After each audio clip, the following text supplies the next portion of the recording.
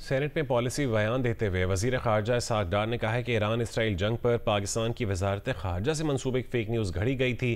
وزارت خارجہ نے ایران سے متعلق کوئی بیان نہیں دیا، AI جنریٹڈ امیج بنائی گئی۔ یہ ایک لیٹسٹ انٹریگ ہوئی ہے ایسی سوشل میڈیا کے حوالے سے کہ جی ان کے ایران کے ایک جنرلز کو کوٹ کر کے کہ جی پاکستان نے یہ کہا ہے کہ اگر اسرائیل نے ہمارے اوپر نیوک اٹیک کیا تو پاکستان اسرائیل کے اوپر نیوکلیر حملہ کر دے گا۔ یہ اتنی غیر ذمہ دارانہ اور اتنا جھوٹی خبر ہے، اور وہ سوشل میڈیا میں چلتی چلتی ابھی مجھے تھوڑی دیر پہلے پتہ چلا کہ ڈیلی میل نے پک کر لیا انگلینڈ میں۔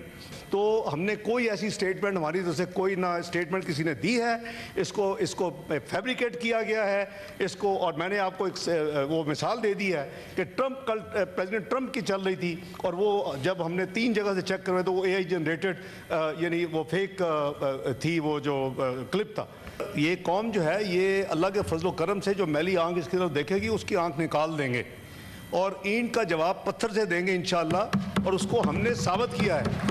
2-3 سال سے انڈیا نے تماشا لگایا ہوا تھا کہ جی we have the hegemony, we have the supremacy over Pakistan, we are much above them, we are the net security provider to this region۔ وہ سارے کا سارا دفن ہو گیا اللہ کے فضل و کرم سے 6 مئی کی رات سے لے کے 10 مئی کی صبح تک، جب انڈیا نے خود امریکہ کو کہا کہ ہم تیار ہیں اس کو بند کرنے کے لیے، اگر آپ تیار ہیں۔ مجھے 8:15 بجے کال آئی سیکرٹری روبیو کی۔ تل ابیب میں ایرانی میزائل حملے سے امریکی سفارت خانے کو نقصان پہنچا ہے، جس کے بعد آج امریکی سفارت خانہ بند رہا۔ ایرانی میزائل حملے سے سفارت خانے کی عمارت کے کچھ شیشے ٹوٹ گئے۔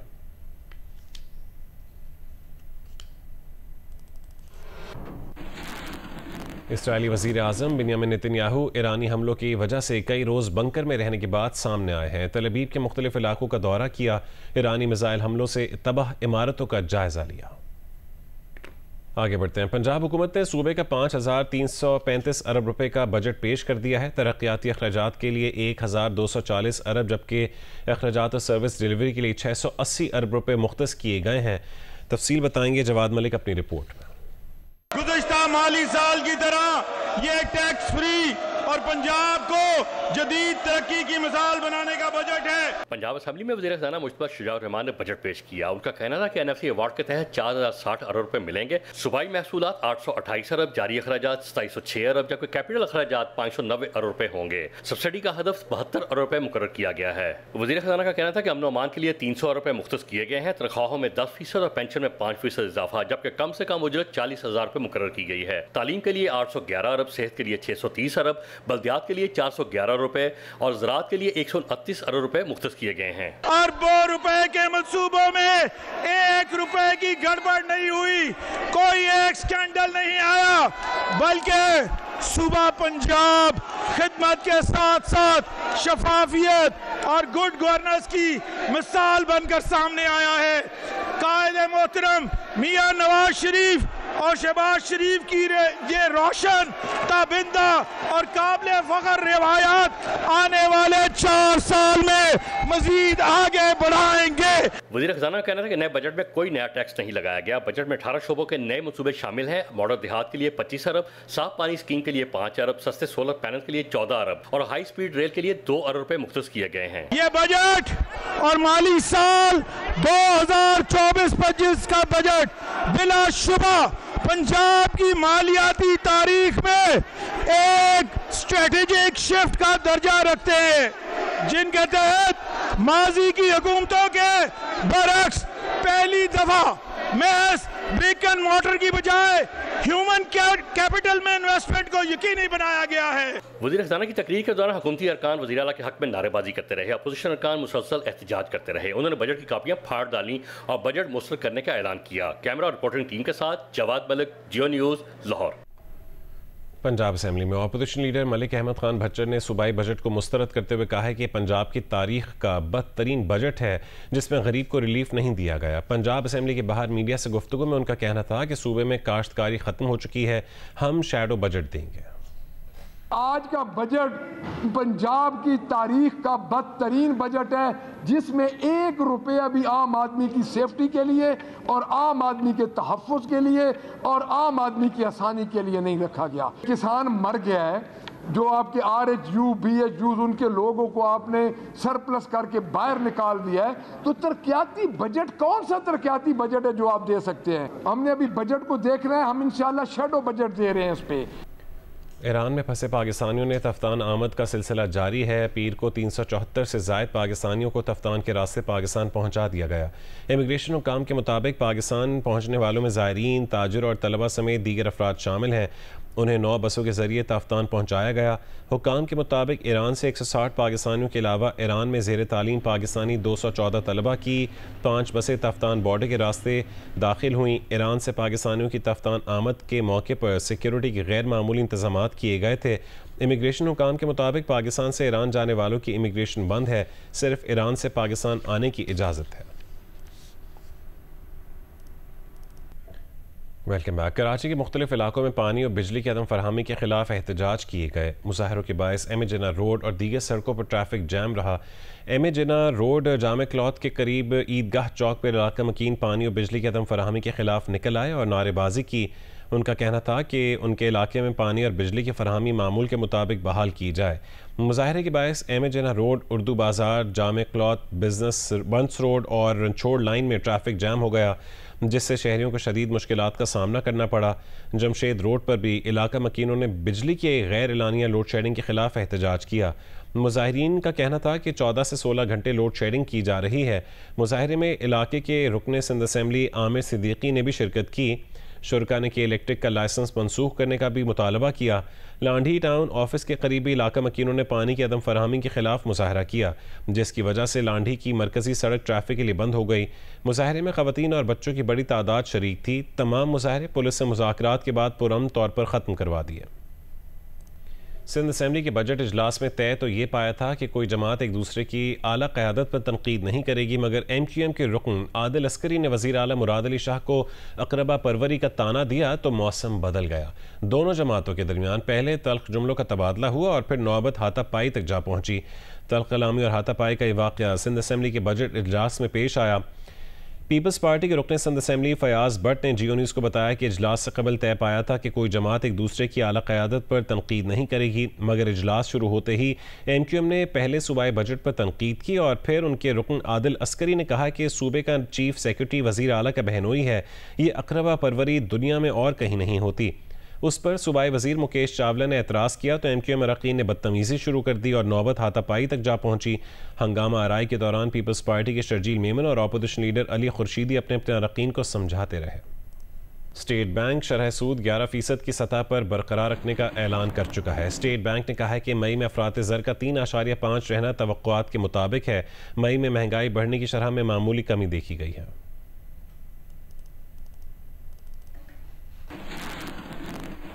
وزیر مملکت برائے خزانہ بلال کیانی کا کہنا ہے کہ آئندہ مالی سال سے نان فائلرز جائیداد کی خریداری نہیں کر سکیں گے۔ قومی اسمبلی قیام کمیٹی خزانہ کا احوال اشرف ملکم کی رپورٹ میں دیکھیے۔ رواں مالی سال حکومت کے قرض میں کمی اور نجی شعبے کے قرض میں اضافہ ہوا ہے۔ آئندہ مالی سال سے نان فائلر جائیداد کی خریداری نہیں کر سکیں گے۔ 1 کروڑ روپے کی خریداری پر آمدن کے ذرائع نہیں پوچھے جائیں گے اور 5 سال میں ایک بار ہی ایسی جائیداد خریدی جا سکے گی۔ 1 کروڑ سے اوپر کی جائیداد خریدنے پر ذرائع آمدن پوچھے جائیں گے، یہ بتایا وزیر مملکت بلال کیانی نے قومی اسمبلی کی قائمہ کمیٹی برائے خزانہ کو۔ ان کا کہنا تھا ٹیکس گزاروں کو ادھار، تحفے یا دیگر آمدن کے لیے آن لائن ڈیکلیریشن جمع کروانا ہوگا۔ رواں مالی سال اوسطاً براہ راست غیر ملکی سرمایہ کاری 1 ارب سے 1.2 ارب ڈالر ہے۔ چیئرمین FBR نے کمیٹی کو بتایا کہ آئندہ مالی سال میں ہائی رسک افراد کو الگورتھم سے شناخت کر کے بینکوں کو ان کی فہرست دیں گے۔ بینک ان کی تمام ٹرانزیکشن کے بارے بتائیں گے۔ اس وقت 6000 ارب روپے کا کم ٹیکس ادا کیا جا رہا ہے۔ FBR میں بھی مسائل ہیں مگر زیادہ مسائل ٹیکس دہندہ میں ہیں۔ صرف 12 افراد نے 10 ارب روپے یا اس سے زیادہ کے اثاثے ظاہر کیے ہیں۔ ان لوگوں نے بھی سچ نہیں بولا۔ وزیر خزانہ نے کہا بینک کسی صارف کے خلاف کارروائی نہیں کریں گے، وہ FBR کو بتائیں گے۔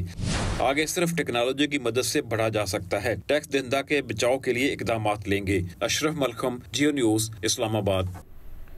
وزیر اعلیٰ خیبر پختونخوا الیمین گنڈاپور نے کہا ہے کہ خیبر پختونخوا میں پیکائٹ کے تحت کوئی FIR درج نہیں کی جائے گی۔ صحافیوں سے ملاقات کے بعد گفتگو کرتے ہوئے انہوں نے کہا ہے کہ سوال کا حق دین نے دیا ہے، اگر خلیفہ سے سوال کرنے کی اجازت ہے تو ہم تو کوئی چیز ہی نہیں ہے۔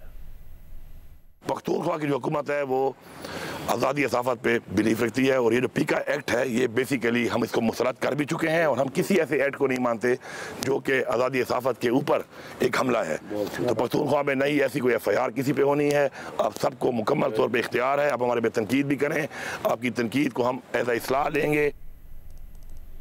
اسٹراسبرگ میں موجود پاکستانی وفد کے رکن مصدق ملک کا کہنا ہے کہ آج بہت کامیاب ملاقاتیں ہوئی ہیں۔ اس بار جو سفارتی کامیابی حاصل ہوئی ہے اس کی مثال نہیں ملتی۔ آج دنیا پاکستان کے ساتھ کندھے سے کندھا ملا کر کھڑی ہے۔ آج ہماری میں سمجھتا ہوں بہت کامیاب میٹنگز ہوئی ہیں، اور میں دوبارہ سے وزیر اعظم کو اور ڈیپٹی وزیر اعظم کو مبارکباد دینا چاہتا ہوں کہ ہمیں جو عسکری کامیابی ہوئی ہے اس کے ٹاپ پہ جس طرح کی اس مرتبہ ڈپلومیٹک کامیابی یا سفارتی کامیابی ہمیں ملی ہے، اس کی مثال پاکستان میں نہیں ملتی۔ آپ نے بے شمار جھڑپیں دیکھی ہیں، کبھی آپ نے دنیا کو ایسے کندھے سے کندھا جوڑ کے پاکستان کے ساتھ کھڑا نہیں دیکھا۔ آج بھی ہماری بہت سی ملاقاتیں ہوئی ہیں، ان میں 2-3 چیزیں بڑی واضح ہو گئی ہیں۔ ایک بات تو یہ واضح ہو گئی ہے کہ پاکستان کو عسکری طور پہ برتری حاصل تھی بھارت پہ، یعنی وہ جو تمام بھارت نے وہ پرانی داستان گوئی شروع کر رکھی تھی کہ کنونشنل وارفیئر میں ہمارا کوئی ثانی نہیں، وہ گفتگو تقریباً یورپ میں یا امریکہ میں یا برطانیہ میں ختم ہو چکی ہے۔ تو ایک تو یہ بڑی ہماری اہم کامیابی ہے۔ دوسری بات یہ ہے کہ پاکستان ایک امن پسند ملک ہے، یعنی ایک ملک، اب برا سا لفظ ہے کچھ اور ذہن میں نہیں آ رہا، مار کھانے کے باوجود بھی جنگ کر رہا ہے، اور ایک ملک جو عسکری برتری کے باوجود جو پیغام لے کر آ رہا ہے پوری دنیا میں، وہ امن کا ہے، وہ ڈائیلاگ کا ہے، وہ گفتگو کا ہے، وہ رول بیسڈ رجیم کا ہے۔ ایران کے وزیر خارجہ عباس عراقچی نے کہا ہے کہ صدر ٹرمپ سفارتکاری پہ یقین رکھتے ہیں اور جنگ رکوانا چاہتے ہیں تو واشنگٹن سے ایک فون کال ہی نیتن یاہو کو خاموش کروانے کے لیے کافی ہے۔ ٹرمپ کا یہ اقدام سفارتکاری کی طرف واپسی کا راستہ ہموار کر سکتا ہے۔ سوشل میڈیا پر بیان میں عباس عراقچی کا کہنا تھا کہ اسرائیلی وزیر اعظم نیتن یاہو جنگی مجرم ہے۔ نیتن یاہو جان بوجھ کر جنگ کو ہوا دے رہا ہے تاکہ ایران امریکہ کے درمیان سفارتی پیش رفت کو روکا جائے۔ اسرائیلی قیادت تو تل ابیب کے بنکروں میں چھپی ہوئی ہے۔ اسرائیل کی مسلح افواج اپنے لوگوں کی حفاظت کے لیے اسرائیلی حملوں کا جواب دیتی رہے گی۔ ایران نے جنگ شروع نہیں کی، نہ ہی ایران مزید خونریزی چاہتا ہے، لیکن ایران عزت و وقار کے ساتھ خون کے آخری قطرے تک اپنے ملک اور عوام کا دفاع کرے گا۔ اقوام متحدہ میں ایرانی مشن کا کہنا ہے کہ جوہری عدم پھیلاؤ کے معاہدے NPT کے تحت ایران کے حقوق کا احترام نہیں کیا جاتا۔ ایران کی جوہری تنصیبات کو ایک ایسے ملک کی جانب سے آزادانہ طور پر نشانہ بنایا جاتا ہے جس نے NPT پر دستخط بھی نہیں کیے ہیں۔ ایسے میں ایران سے NPT معاہدے کے تحت رضاکارانہ ذمہ داریوں کو جاری رکھنے کی توقعات غیر منصفانہ ہیں۔ امریکہ کے ایران جنگ میں شامل ہونے کے خدشے پر امریکی ڈیموکریٹ سینیٹر نے ایران سے جنگ کے لیے ٹرمپ کے اختیار کو روکنے کا بل متعارف کروا دیا ہے۔ بل میں مطالبہ کیا گیا ہے کہ ایران پر حملے کے لیے ٹرمپ کو کانگریس سے منظوری لینے کا پابند کیا جائے۔ بل ریاست ورجینیا کے ڈیموکریٹ سینیٹر ٹم کین نے متعارف کروایا۔ سینیٹر ٹم کا کہنا ہے کہ امریکی عوام نہیں چاہتے کہ ہمارے فوجی مشرق وسطیٰ کی ایک اور نہ ختم ہونے والی جنگ میں جائیں۔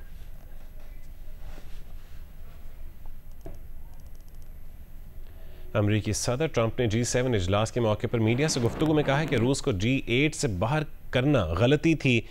چین G7 میں شامل ہو جائے تو برا نہیں لگے گا۔ خبر ایجنسی کے مطابق روس G7 ممالک کے فورم میں 1998 میں شامل ہوا تھا۔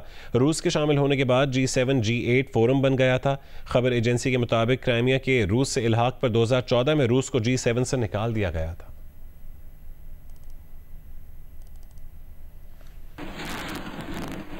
اسرائیل کا کہنا ہے کہ اس نے پیشگی دفاع کے لیے ایران پر حملہ کیا اور یہ کہ ایران کے جوہری اور عسکری تنصیبات پر حملے ناگزیر تھے، لیکن کیا واقعی ایسا ہے؟ اگر نہیں تو ایران پر اسرائیلی حملے کی اصل وجہ کیا ہے؟ جانیے اس رپورٹ میں۔ اسرائیل کا دعویٰ ہے کہ حملے کی وجہ ایران کے جوہری ہتھیار بنانے کے خطرے کو ختم کرنا ہے، لیکن اس دعوے کے حق میں کوئی ثبوت نہیں ہے۔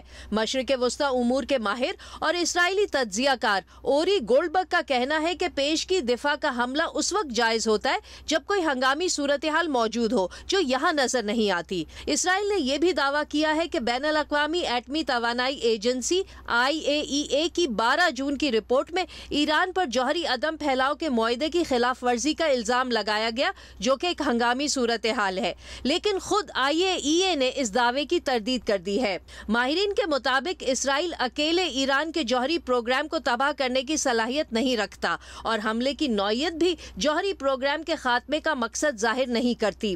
اسرائیل نے فوجی اور سرکاری تنصیبات، گیس اور تیل کے ذخائر اور ایرانی عسکری قیادت کو نشانہ بنایا، جن میں علی شام خانی جیسے اہم ایٹمی مذاکرات کار بھی شامل تھے۔ اسرائیل نے رجیم چینج کو بھی جواز بنایا، لیکن نیتن یاہو کی یہ سوچ کہ ایرانی عوام اسرائیلی حملوں کے دوران بغاوت کریں گے محض خوش فہمی ہے۔ ایرانی شہری بیرونی مداخلت کے خلاف ہمیشہ متحد ہوتے ہیں۔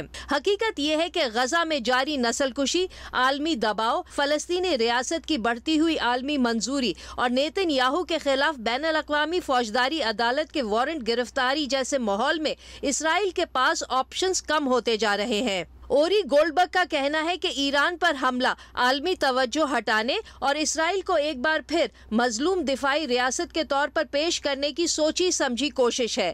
اسرائیل برسوں سے اس حملے کی تیاری کر رہا تھا۔ ایران کو ہدف بنا کر نیتن یاہو نے ایک بار پھر اسرائیلی سلامتی کا بیانیہ اپنایا ہے کہ اسرائیل جب چاہے، جہاں چاہے، جسے چاہے مار سکتا ہے اور کسی کے سامنے جواب دہ نہیں ہے۔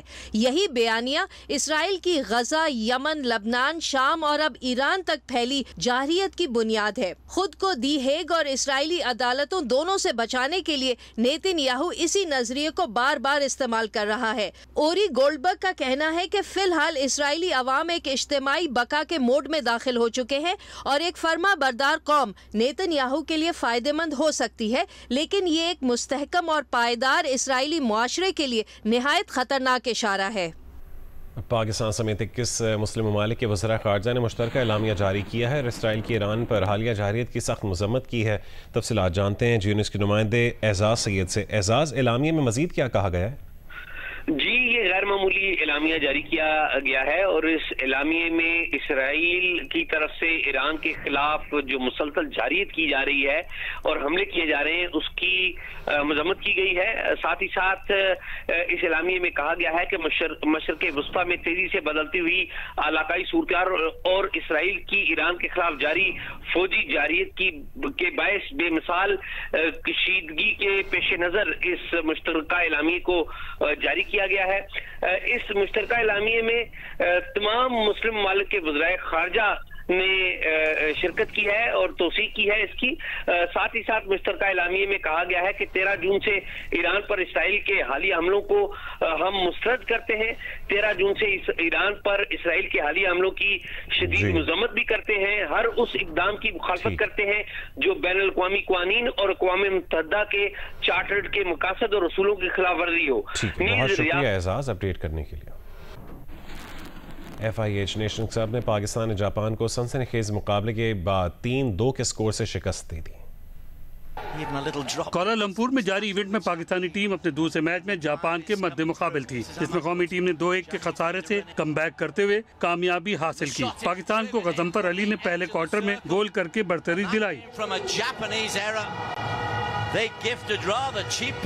جاپان نے کازوماسا کے گول کی بدولت 1 منٹ بعد مقابلہ برابر کر دیا۔ 2 منٹ بعد کوجی یاماساکی نے گول کر کے جاپان کو پھر سے برتری دلا دی۔ پہلے کوارٹر میں مقابلہ 2-1 سے جاپان کے حق میں تھا۔ دوسرے کوارٹر میں کوئی بھی ٹیم گول نہ کر سکی۔ تیسرے کوارٹر میں پاکستان کے رانا وحید اشرف نے گول کر کے مقابلہ 2-2 سے برابر کر دیا۔ چوتھے کوارٹر میں سفیان خان نے پینلٹی کارنر کو گول میں تبدیل کر کے پاکستان کو برتری دلائی، جو فیصلہ کن ثابت ہوئی۔ یوں پاکستان نے مقابلہ 3-2 سے جیت کر 3 قیمتی پوائنٹس حاصل کر لیے اور اپنے پول بی میں 4 پوائنٹ کے ساتھ پہلی پوزیشن پر بھی آ گئی۔ پاکستانوں کی ٹیم ایونٹ میں اپنا تیسرا میچ بدھ کو نیوزی لینڈ کے خلاف کھیلے گی۔